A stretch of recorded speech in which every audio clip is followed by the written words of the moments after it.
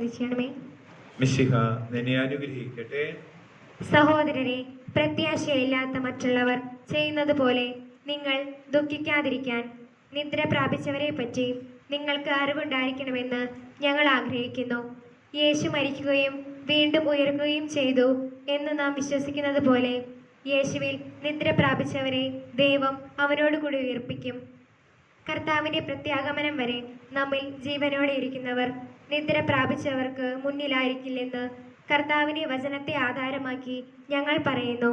എന്തെന്നാൽ അധികാരപൂർണമായ ആജ്ഞാവചനം കേൾക്കുകയും പ്രധാന ദൂതന്റെ ശബ്ദം ഉയരുകയും ദൈവത്തിന്റെ കാഹളധ്വനി മുഴങ്ങുകയും ചെയ്യുമ്പോൾ കർത്താവ് സ്വർഗത്തിൽ നിന്ന് ഇറങ്ങി വരികയും ക്രിസ്തുവിൽ മരണമടഞ്ഞവർ ആദ്യം ഉയർത്തെഴുന്നേൽക്കുകയും ചെയ്യും.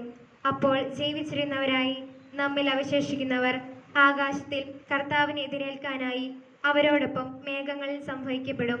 അങ്ങനെ നാം എപ്പോഴും കർത്താവിനോട് കൂടെ ആയിരിക്കുകയും ചെയ്യും.